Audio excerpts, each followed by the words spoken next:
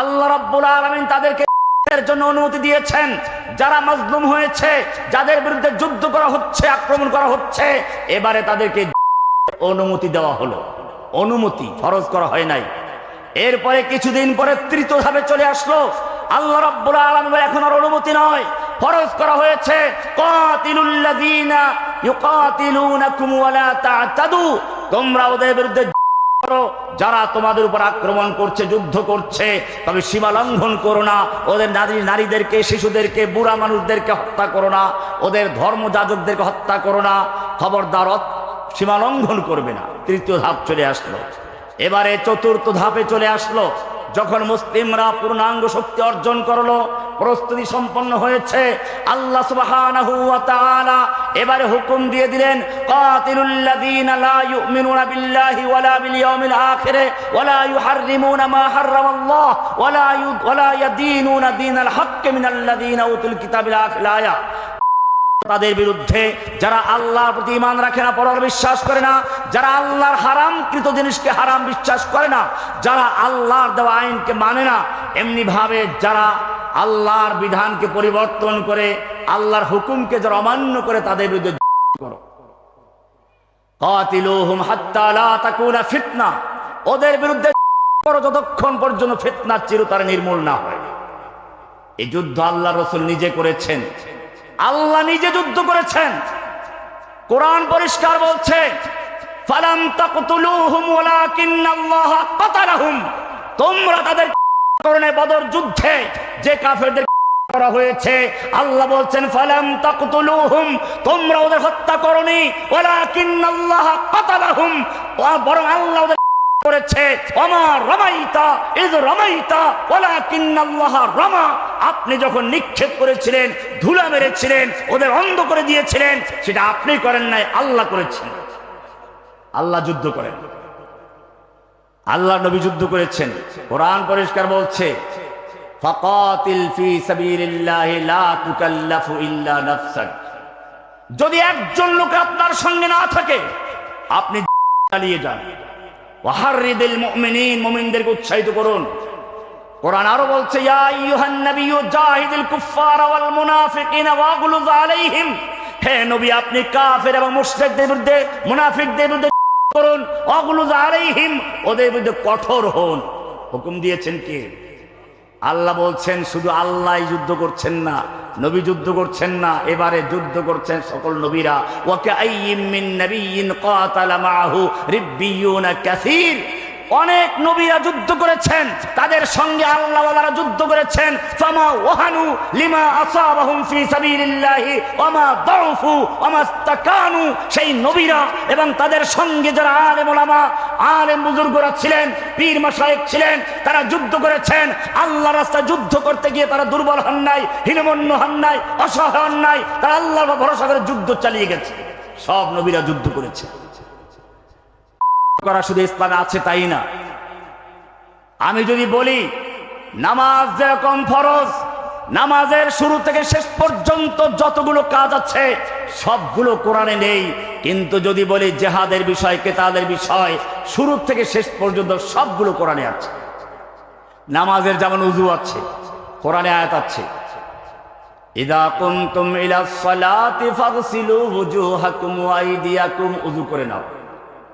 ঠিক তেমনি ভাবে জিহাদের উযু আছে ওয়াইদু লাহুম মাসতাতাতুম মিন কুওয়া ওয়া মির রিবাতিল খাইল, তোমরা যারা আল্লাহর রাসূলকে ভালোবাসো, আল্লাহ নবীর দ্বীনকে জীবিত করতে চাও, কেবল মনে মনে আশা করলেই চলবে না। আল্লাহ বলছেন ওয়াইদু লাহুম মাসতাতাতুম মিন কুওয়া, তোমরা তোমাদের দুশমনদের বিরুদ্ধে করার জন্য শক্তি অর্জন করো, কুওয়া অর্জন করো।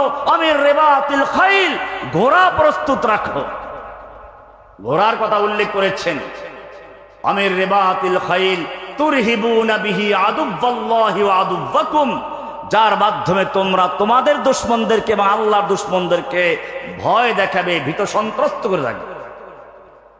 আল্লাহ তাআলা আরো বলছেন ওয়ালাউ আরাদুল খুরুজ লা আ'আদ্দু লাহু উদ্দা, যদি সত্যিকার অর্থে এই লোকগুলো আল্লাহর দ্বীনের জন্য করার প্রস্তুতি করার জন্য রাজি থাকতো, বের হওয়ার ইচ্ছা থাকতো, অবশ্যই তারা প্রস্তুতি গ্রহণ করত। আল্লাহ তাআলা প্রস্তুতি নিতে বলেন, উযু হয়ে গেল এটা। এবারে কাতার সোজা করা, নামাজের কাতার সোজা করা সম্পর্কে সরাসরি আয়াত না থাকলেও যুদ্ধের ময়দানের কাতার সোজা করা সম্পর্কে কয়েকটা আয়াত আছে। ইন্নাল্লাহা ইউহিব্বুল্লাযীনা ইউকাতিলুনা ফী সাবিলিহি সাফফান কাআন্নাহুম বুনয়ানুম মারসুস। হে নবী, অনেকেই জিজ্ঞেস করে আমরা ভালোবাসবো আল্লাহকে, আল্লাহর ভালোবাসা কি করে পাবো?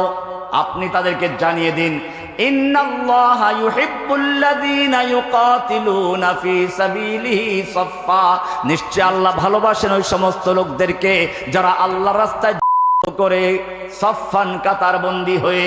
কেমন কাতার? কাআন্নাহুম বুনয়ানুম মারসুস, একদিকে মার খেলে আর একদিকে পালাবে, একদিকে বোম ফুটলে আর একদিকে পালাবে, একদিকে গুলি চললে আর একদিকে পালাবে, না এরকম না। কাআন্নাহুম বুনয়ানুম মারসুস, সীসা গলা প্রাচীরের মতো। সীসা গলা প্রাচীর বলেছেন, ইটের প্রাচীর বলেন নাই। ইটের প্রাচীর যদি একদিকে ধাক্কা মারা হয় ভেঙে যাবে, আর একদিক দাঁড়িয়ে থাকবে, কিন্তু সীসা গলা প্রাচীর পুরোটা একটা দেয়াল, হয়তো ভেঙে পড়লে পুরোটা পড়বে, টিকে থাকলে পুরোটাই টিকে থাকবে। আল্লাহ তাআলা তাই বলেছেন, ইন্নাল্লাহা ইউহিব্বুল্লাযীনা ইউকাতিলুনা ফী সাবিলিহি, নিশ্চয় আল্লাহ ভালোবাসেন ওই সমস্ত লোকদেরকে যারা আল্লাহ রাস্তায় করে কাতারবন্দি হয়ে। কেমন কাতার? কাআন্নাহুম বুনয়ানুম মারসুস, যেন তারা সীসা গলানো প্রাচীর, ইটের প্রাচীর নয় যে একদিকে বাড়ি মারলে ভেঙে যাবে আর একদিক দাঁড়িয়ে থাকবে। কাআন্নাহুম বুনয়ানুম মারসুস, কাতার পাওয়া গেল। এবারে তাকবীরে তাহরিমা, নামাজের তাকবীরে তাহরিমায় হাত কোন পর্যন্ত উঠাতে হবে এইটা কোরআনে নাই বলি হাদিসে কয়েক রকম আছে, ইখতিলাফ হয়ে গেছে। কোন ইমাম বলেছেন কাঁধ পর্যন্ত, কোন ইমাম বলেছেন কান পর্যন্ত, হানাফি মাযহাবে কান পর্যন্ত, অন্য ইমামদের মত হচ্ছে কাঁধ পর্যন্ত। কিন্তু যুদ্ধের ময়দানে আপনি হাত কোন পর্যন্ত উঠাবেন কোরআনে স্পষ্ট করে বলছে, ফাইদা লাকিতুমুল্লাযীনা কাফারু, যখন যুদ্ধের ময়দানে কাতারবন্দি দাঁড়ালে, এখন তোমাদের সামনে কাফের দাঁড়িয়ে গেছে, ফাইদা লাকিতুমুল্লাযীনা কাফারু ফাদরবার রিকাব, ওদের গর্দান হাত উঠানো পাওয়া গেছে। এবারে বলছে রুকু সিজদা লাগবে না। অদরিবু মিনহুম কুল্লা বানান, ওদের প্রত্যেকটা জোড়ায় জোড়ায়, ওদের জোড়ায় জোড়ায় শক্তি দুর্বল করে দাও।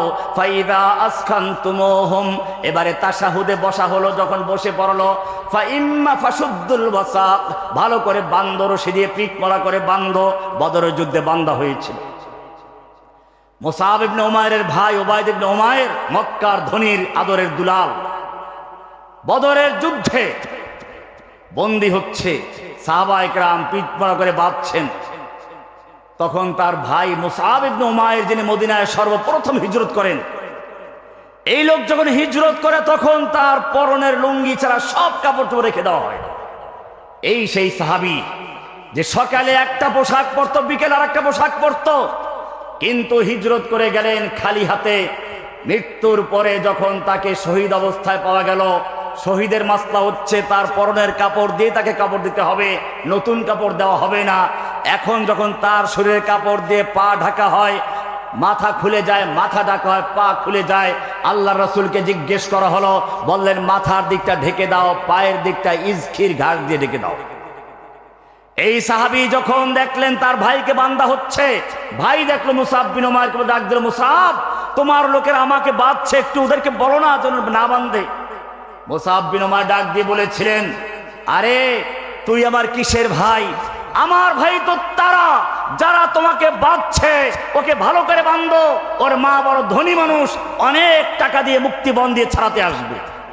কোরআনে আয়াত নাজিল হয়ে গেছে, লা তাজিদু কওমান ইউমিনুনা বিল্লাহি ওয়াল ইয়াউমিল আখির ইউআদ্দুনা মান হাদ্দাল্লাহ ওয়া রাসূলা, যারা ঈমানদার, আল্লাহকে বিশ্বাস করে, পরকালে বিশ্বাস করে, লা তাজিদু কওমান, এইরকম যারা ঈমানদার তুমি তাদেরকে কখনোই দেখতে পাবে না। ইউআদুনা মান হাদ্দাল্লাহ ওয়া রাসূলা, তারা আল্লাহ এবং আল্লাহর রাসূলের দুশমনদেরকে আবার ভালোবাসবে। ওয়ালাউ কানু আবাহুম, হোক না সে নিজের আপন পিতা। পিতা পুত্র যুদ্ধের ময়দানে সামনাসামনি হয়েছে। আবু বকরের ছেলে আব্দুর রহমান তখন ইসলাম কবুল করেন নাই।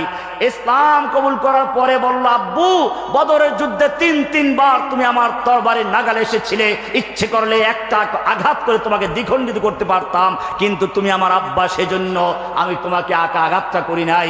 আবু বকর বললেন, আরে আমার ছেলে, যদি বদরের যুদ্ধে একবারের জন্য আমি তোমাকে তরবারির নাগালে পেতাম, আল্লাহর হুকুম বাস্তবায়ন করার জন্য, আল্লাহর ভালোবাসার প্রমাণ দিতে গিয়ে তোকে ফেলতাম। আয়াত নাযিল হয়ে গেছে, ওয়ালাউ কানু আবাআহুম আও ইখওয়ানাহুম আও আবনাআহুম আও ইখওয়ানাহুম, ইখওয়ান ওই যে মুসআব বিন উমাইরের কথাটা এখানে বলা হয়েছে, আও আশিরাতাহুম, ওমর বিন খাত্তাব রাদিয়াল্লাহু তাআলা আনহু। বদরের যুদ্ধের বন্দীদের জন্য পরামর্শ হচ্ছে। আল্লাহর রাসূল জিজ্ঞেস করলেন কি করা যায়। বেশিরভাগ সাহাবায়ে কেরাম পরামর্শ দিলেন, এরা মক্কার বড় বড় নেতা, ইসলাম কবুল করলে অনেক কাজে আসবে, তাছাড়া আমাদের টাকা পয়সারও প্রয়োজন, এদেরকে মুক্তিপণ নিয়ে ছেড়ে দেওয়া হোক। ওমর বললেন, না, এরা মক্কার নেতা, এদের সবগুলো এবং না শুধু যে যারা আপন, যে যারা আত্মীয় তাকে সে করবে, আমার আত্মীয় আছে অমুক অমুক, তাদেরকে আমার হাতে দেওয়া হোক, আমি ওদের মূলত আল্লাহর মানসা এটাই ছিল। সে ঘটনা অনেক দিকে এই আয়াতের প্রেক্ষিতে নাযিল হয়ে যায়। ওয়াশিরাতাহুম, হোক না তারা নিজের আত্মীয় স্বজন, কোনো পরোয়া করেন আল্লাহর ভালোবাসা দিতে গিয়ে। আর আপনি সেই সাহাবীদের অনুসরণ করার দাবি করেন, নিজের ছেলেকে মাদ্রাসায় পড়তে দেয় না, যদি গরিব হয়ে যায় কি খাবে? ভোর রাতে ফজরের নামাজ পড়তে উঠায় না, ছেলের ঘুম নষ্ট হয়ে যাবে, আবার দাবি করে আশিকের রাসূল। আল্লাহ তাআলা বলছেন, ওয়ালাউ কানু আবাহুম আও আবনাহুম আও আশিরাতাহুম উলাইকা কাতাবা ফি কুলুবিহিমুল ঈমান, এরাই হচ্ছে তারা যাদের অন্তরে আল্লাহ ঈমান লিপিবদ্ধ করে দিয়েছেন, ঈমানের বীজ রোপণ করেছে। সাহাবায়ে কেরামরা সে পরীক্ষা দিয়েছেন। বলছিলাম যে বিষয়টা, জিহাদের বিষয়টি অত্যন্ত গুরুত্বপূর্ণ একটি অধ্যায়। আল্লাহর নবী যুদ্ধ করেছেন, সাহাবায়ে কেরাম যুদ্ধ করেছেন। জেনে রাখবেন, আপনার আমার চেয়ে আল্লাহর নবী অনেক বড় বুজুর্গ ছিলেন। আল্লাহর নবী আপনার আমার চেয়ে অনেক তাহাজ্জুদ গুজার ছিলেন। আল্লাহর নবী নিজে যুদ্ধ করেছেন, রক্তাক্ত হয়েছেন। আল্লাহর নবীকে আল্লাহ কত ভালোবাসেন জানেন? আল্লাহর নবী রাস্তা দিয়ে চলতে গেলে মেঘ এসে ছায়া দেয়, পেশাব করতে গেছেন, খেজুর গাছ দৌড়ে এসে আল্লাহর নবীকে আড়াল করে দিয়েছে, হাদিসে আছে এটা। আল্লাহর নবী মজলিসে আলোচনা করছেন, সাহাবায়ে কেরামদের কারো আওয়াজটা নবীর আওয়াজের চেয়ে একটু বড় হয়ে গেছে। সঙ্গে সঙ্গে আল্লাহ তাআলা প্রতিবাদ করে নাজিল করে দিলেন, ইয়া আইয়ুহাল্লাযীনা আমানু লা তারফাউ আসওয়াতাকুম ফাওকা সাওতিন নবী, হে ঈমানদারগণ, খবরদার খবরদার, নবীর আওয়াজের চেয়ে জোরে আওয়াজ করে কথা বলবি না। এমনটা যদি করিস, আন তাহবাতা আমালুকুম, তোদের জীবনের সমস্ত আমল বরবাদ হয়ে যাবে। যত সালাত, সিয়াম, হজ, যাকাত, জিহাদ, কিতাল, যত নেক আমল করেছো, তাসবিহ তাহলিল করেছো, ফরজ হজ করেছো, নফল হজ করেছো, উমরা করেছো, সবগুলো বরবাদ হয়ে যাবে। ওয়া আনতুম লা তাশউরুন, টেরও পাইবা না। নবীর আওয়াজের চেয়ে জোরে আওয়াজে কথা বলছে, নবীর আওয়াজের চেয়ে জোরে আওয়াজ করে কথা বললে ওহী নাযিল হয়ে যায়। আরো সামনে চলুন, নবী তাহাজ্জুদের নামাজ পড়তে উঠছেন, পা ফুলে যাচ্ছে। কোরআন বলছে, মা আনজালনা আলাইকাল কুরআনা লিতাশকা, হে নবী, এই কোরআন তো এজন্য নাজিল করি নাই আপনি রাত জেগে জেগে পা ফুলিয়ে ফেলবেন। ইয়া আইয়ুহাল মুযাম্মিল কুমিল লাইলা ইল্লা কালিলা, ও মুযাম্মিল, আপনি রাত্রি জাগরণ করুন, তাহাজ্জুদ পড়ুন, ঠিক আছে, কিন্তু সারা রাত্র কোনো প্রয়োজন নাই। কুমিল লাইলা ইল্লা কালিলা, রাত্রি জাগরণ করুন, তবে কিছুক্ষণ ঘুমিয়ে নিন। নিসফাহু আবিলকুস মিনহু কালিলা আও জিদ আলাইহি ওয়ারাত্তিলিল কুরআনা তারতিলা, অর্ধেক রাত্র বা তার চেয়ে একটু কম বা তার চেয়ে একটু বেশি। আপনি যেমন সারা রাত্র তাহাজ্জুদ পড়লে খুশি হন, ইবাদত করলে খুশি হন, আমি আল্লাহ আপনাকে ঘুমন্ত দেখলেও খুশি হই। এত মায়া নবীর জন্য আরো সামনে চলুন। আল্লাহর নবীর উপরে কোরআন নাজিল হতে শুরু করলো। হেফজখানার বাচ্চারা যেরকম মুখস্থ করার জন্য ঠোঁট নাড়াচাড়া করে আর মাথা ঝুলায়, আল্লাহর নবী ঠোঁট নাড়াচাড়া করে কোরআন মুখস্থ করতে শুরু করলেন। আল্লাহ তারা এত কষ্ট দিতে চান না নবীকে, কি মায়া ওহী নাযিল হয়ে গেল। লা তুহাররিক বিহি লিসানাকা লিতাজালা বিহি ইন্না আলাইনা জামাহু ওয়া কুরআনা। হে নবী, কোরআনকে দ্রুত মুখস্থ করার জন্য আপনি ঠোঁট নাড়াচাড়া করার কোনো প্রয়োজন নেই। লা তুহাররিক বিহি লিসানাকা লিতাজালা বিহি, কোরআনকে দ্রুত মুখস্থ করার জন্য আপনার ঠোঁট নাড়াচাড়া করার কোনো প্রয়োজন নেই। ইন্না আলাইনা জামাহু ওয়া কুরআনা, গোটা কোরআনকে নূর বানিয়ে আপনার সিনায় জমা করে দেওয়ার দায়িত্ব আমি আল্লাহ নিজে গ্রহণ করেছি। কি মায়া! এই নবী যখন তায়েফের ময়দানে মার খাচ্ছেন, এই নবী যখন উহুদের ময়দানে মার খাচ্ছেন, আল্লাহ তাআলা দেখতে পাচ্ছিলেন কিনা? আল্লাহ দেখতে পাচ্ছিলেন কিনা? আল্লাহর ফিরাবার ক্ষমতা ছিল কিনা? ফিরাইছিলেন নাকি? কেন ফিরান নাই? নবীর সঙ্গে মহব্বত কমে গিয়েছিল নাকি? আল্লাহ সেটা উত্তর দিয়েছেন, অদ্দুহা ওয়াল্লাইলি ইযা সাজা মা ওয়াদ্দাআকা রাব্বুকা ওয়া মা ক্বালা। হে নবী, আপনাকে আপনার রব ছেড়েও দেন নাই, আপনার প্রতি অসন্তুষ্ট হন নাই। বলে তাহলে আমাকে এত মারলো, রক্তাক্ত করলো, দান শহীদ করে ফেললো, আপনি কেন ফিরান নাই? কোরআন জানিয়ে দিচ্ছে, আম হাসিবতুম আন তাদখুলুল জান্নাহ। ওই সমস্ত লোকদের বুঝাবার জন্য যারা যুগ যুগ ধরে বুখারী পড়ায়, তারপরে জিহাদের বিরুদ্ধে ফতোয়া দেওয়ার জন্য, মূর্খ লোকদেরকে খুশি করার জন্য, শাসকদের খুশি করার জন্য 1 লক্ষ ভুয়া মুফতির ফতোয়া দিয়ে তারপরে কিতাব লিখে জালিমদেরকে সাহায্য করে। আল্লাহ তাআলা বলছেন ওই মূর্খদের শিক্ষা দেওয়ার জন্য, আম হাসিবতুম আন তাদখুলুল জান্নাতা ওয়ালাম্মা ইয়াতিকুম মাসালুল লাযীনা খালাউ মিন ক্বাবলিকুম মাসাতহুমুল বাসাউ ওয়াদ-দাররাউ ওয়া যুলজিলু। আম হাসিবতুম, তোমরা কি মনে করেছো, আন তাদখুলুল জান্নাতা, খুব সহজে জান্নাতে প্রবেশ করে যাবে। ওয়ালাম্মা ইয়াতিকুম মাসালুল লাযীনা খালাউ মিন ক্বাবলিকুম,